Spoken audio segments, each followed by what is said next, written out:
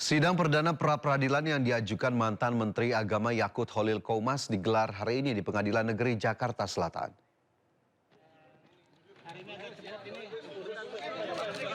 Pra-peradilan yang diajukan Yakut berkaitan dengan penetapannya sebagai tersangka oleh Komisi Pemberantasan Korupsi dalam kasus dugaan korupsi kuota ibadah haji tambahan yang diselenggarakan Kemenak tahun 2023-2024. Sementara itu pihak KPK menyebut akan menghormati sidang pra-peradilan yang diajukan tersangka.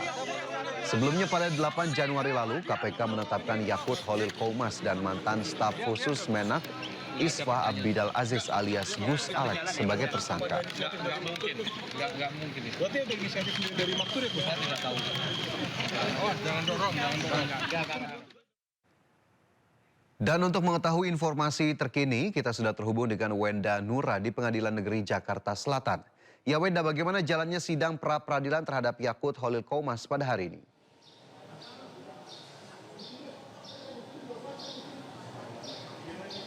Ya, selamat siang Fajar dan juga pemirsa. Sidang perdana permohonan pra-peradilan yang diajukan oleh mantan Menteri Agama Republik Indonesia atau yang biasa kita sebut atau kita panggil Gus Yakut ini sudah selesai dilaksanakan, namun ada informasi yang perlu kami sampaikan bahwa persidangan ini ditunda hingga seminggu ke depan dikarenakan dari pihak termohon atau dalam hal ini pihak KPK tidak dapat hadir dalam persidangan meskipun persidangan ini sudah ditunda 50 menit dari agenda semula begitu. Jadi agenda persidangan semula dijadwalkan pukul 10 waktu Indonesia bagian Barat, namun karena menunggu dari pihak termohon hadir hingga pukul 10.50 sidang baru dimulai, namun dari pihak termohon KPK masih tidak hadir di persidangan sehingga terpaksa sidang harus ditunda hingga sepekan ke depan, sehingga sidang perdana akan kembali digelar pada tanggal 3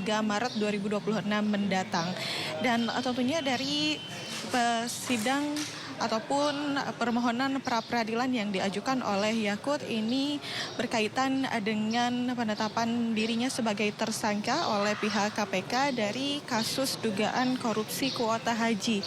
Namun dari pihak KPK pun sebelumnya sudah sempat menyatakan bahwa dari pihak KPK menghormati keputusan dari Yakut untuk mengajukan pra-peradilan karena memang itu hak dari Yakut sendiri, namun dari pihak KPK menyatakan bahwa dari pihaknya ini sudah melakukan penyidikan dan penyelidikan sesuai dengan aturan dan dengan alat bukti yang sudah cukup, termasuk diantaranya dari pihak BPK sebagai auditor negara juga menyatakan bahwa haji ini merupakan keuangan negara sehingga memang dari pihak Yakut ini sudah sesuai jika ditetapkan sebagai tersangka.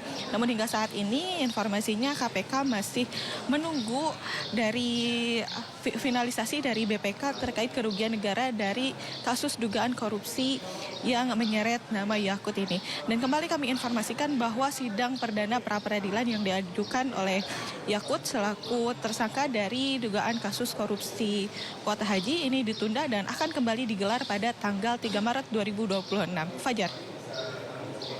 Ya baik Wenda, terima kasih atas informasinya dan tentu kami akan tunggu kembali update-nya. Selamat bertugas kembali.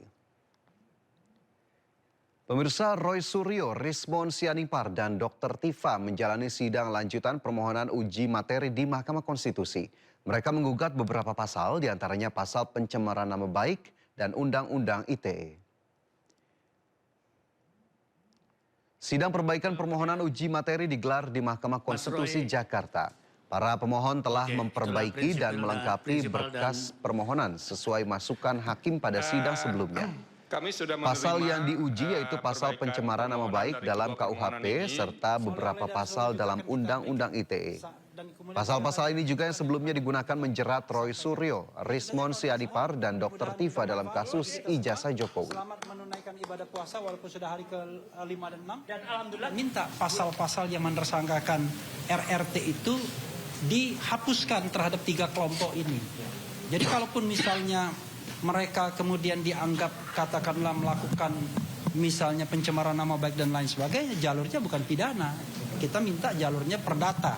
Walaupun kita tidak mintakan ke MK, tapi for the future berharapnya begitu. Seperti Presiden Prancis ketika dituding bahwa istrinya laki-laki, dia menggugat orang per orang yang menyatakannya secara perdata bukan secara pidana. Karena kami sampaikan tadi kawan-kawan semua, yang namanya defamation law atau hukum pencemaran nama baik itu di negara-negara lain itu sudah banyak dihapuskan. Di Amerika Serikat mayoritas misalnya negara bagian sudah menghapuskan defamation law. Sehingga orang bisa bebas menyampaikan kritik. Kenapa? Dengan adanya hukum pencemaran nama baik, fitnah, kemudian ujaran kebencian dan lain sebagainya, memunculkan efek ketakutan hukum kita. Tapi intinya itu adalah memperinci apa yang ada pada detail undang-undang atau aturan yang kita koreksi, termasuk kita menghilangkan satu tadi ya, yang di pasal 32 ayat 2 di Undang-Undang ITE yang itu tidak disangkakan kepada kami ya. Tapi sekali lagi saya menandaskan apa yang disampaikan oleh Dr. Tifa dan nanti akan disampaikan oleh Dr. Respon bahwa ini insya Allah bermanfaat untuk seluruh masyarakat yang memang terwakili ke dalam tiga jenis pemohonan tadi ya. Jadi artinya kepada aktivis, akademisi, peneliti dan aktivis. Jadi insya Allah Majelis Hakim Konstitusi akan bisa mempertimbangkan dengan baik ya, karena kami ada 10 petitum tadi yang dibacakan dan semoga tidak yang terakhir ya. Kalau yang terakhir itu kan andai kata tidak diterima, memilih dengan sebaik-baiknya. Pemirsa, rencana impor 105.000 mobil pick-up dari India menuai kontroversi. Wakil Ketua DPR RI Sufmi Dasko Ahmad meminta pemerintah menunda rencana impor pick-up yang akan digunakan untuk Kopdes Merah Putih. Rencana impor mobil pick-up berpenggerak 4 roda besar-besaran dari India memantik kritik tajam. Langkah ini dinilai akan menggerus produk domestik bruto hingga mencapai 39 triliun rupiah. Jika angka sebesar itu terbang ke luar negeri, maka akan merugikan industri otomotif nasional. Wakil Ketua DPR RI Sufmi Dasko Ahmad meminta impor ditunda sambil menunggu keputusan Presiden Prabowo yang saat ini tengah melakukan kunjungan kerja ke luar negeri. Menurut Dasko, sebelum melakukan impor mobil, Presiden Prabowo akan meminta pendapat dan mengkalkulasi kesiapan dan perusahaan dalam negeri. Sebelumnya, Direktur Utama Agrinas Pangan Nusantara, Joao Angelo de Sousa Mota, mengungkapkan alasan impor 105.000 unit pick-up dari India senilai lebih dari 24 triliun rupiah untuk operasional Kopdes Merah Putih. Putusan impor didorong oleh harga, kualitas, serta ketersediaan produk serupa yang terbatas di dalam negeri. Rencana untuk impor 105.000 mobil pickup dari India, saya sudah menyampaikan pesan kepada pemerintah untuk rencana tersebut ditunda dulu, mengingat Presiden masih di luar negeri. Tentunya Presiden pada saat pulang akan membahas detail-detail mengenai impor tersebut, dan tentunya juga Presiden akan meminta pendapat dan mengkalkulasi kesiapan dari perusahaan dalam negeri. Nah, sehingga kami sudah menyampaikan pesan untuk ditunda dulu, demikian. Kita beralih ke informasi lain, pemirsa. Menteri Keuangan Purbaya Yudi Sadewa mengambil sikap tegas terkait pernyataan kontroversial yang disampaikan alumni LPDP Dwi Sasetningtyas. Postingan Dwi Sasetningtyas tersebut dianggap menghina negara.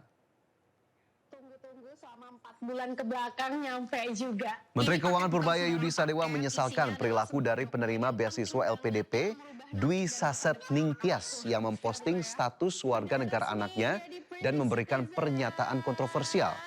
Purbaya meminta masyarakat yang menerima beasiswa LPDP tidak seenaknya dan tidak menghina negara. Pasalnya uang LPDP yang diberikan adalah uang dari pajak dan utang negara. Purbaya meminta uang LPDP dikembalikan beserta bunganya dan akan blacklist nama tersebut. Jadi Pak Dirut nih bosnya LPDP nih. Saya harapkan ke depan teman-teman yang dapat pinjaman LPDP, ya kalau mau nggak seneng yang nggak seneng, tapi jangan menghina-hina negara lah.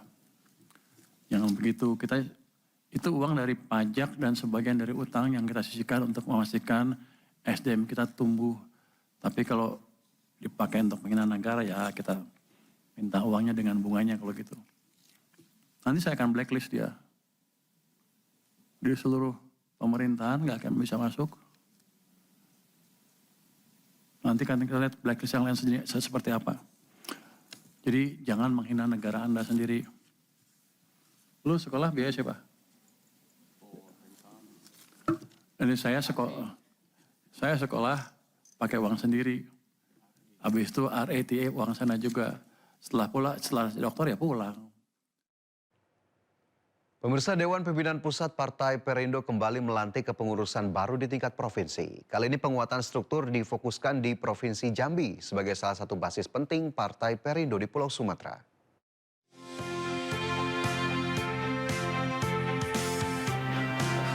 Sekretaris Jenderal DPP Partai Perindo Ferry Kurnia Rizkiansyah menyerahkan surat keputusan atau SK kepada Christina Gloria Purba yang dipercaya menjabat sebagai PLT Ketua DPW Partai Perindo Provinsi Jambi. Pelantikan ini menjadi langkah penting untuk menata dan memperkuat organisasi partai di daerah, khususnya di Provinsi Jambi sebagai salah satu basis penting Partai Perindo. Kepengurusan baru diharapkan mampu menyelesaikan berbagai konsolidasi internal, serta memperkuat struktur partai hingga tingkat kabupaten dan kota. Nah, Jambi ini adalah basis kita. Nah, oleh karena itu ada beberapa hal yang kami titipkan kepada teman-teman di Jambi. Yang pertama adalah tentunya dalam kesempatan ini adalah penguatan kelembagaan yang baik itu di tingkat provinsi atau tingkat kabupaten kotanya. Dan yang lainnya adalah bagaimana merekrut tokoh-tokoh untuk bergabung menjadi kekuatan-kekuatan penuh yang ada di Jambi itu sendiri. Terima kasih Pak Sekjen atas amanah ini. Mungkin ke depannya yang sepulang dari sini kita mau membentuk DPD-DPD yang memang tidak aktif selama ini dan memperkuat kepengurusan jaringan dan ke depannya supaya bisa sesuai dengan harapan dari kita semua. Kepengurusan baru Partai Perindo di Provinsi Jambi diharapkan mampu mencapai target perolehan kursi legislatif, baik di tingkat DPR RI, DPRD Provinsi, maupun DPRD Kabupaten dan Kota. Dari Jakarta, Abdul Aziz, iNews melaporkan. Pemirsa, di antara bangunan megah dan hiruk-pikuknya Jalan Cihamplas, Kota Bandung, terdapat satu masjid kecil yang menyimpan sejarah panjang. Kami hadirkan informasinya untuk Anda usai jeda berikut ini, tetaplah di Indosiar.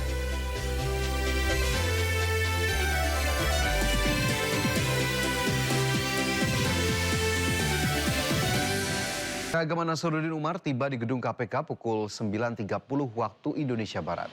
Nasaruddin mengatakan ia menggunakan fasilitas pesawat jet pribadi saat menjalankan tugas di Sulawesi Selatan. Nasaruddin menyebut tidak memungkinkan menggunakan pesawat komersial di Makassar karena sudah larut malam.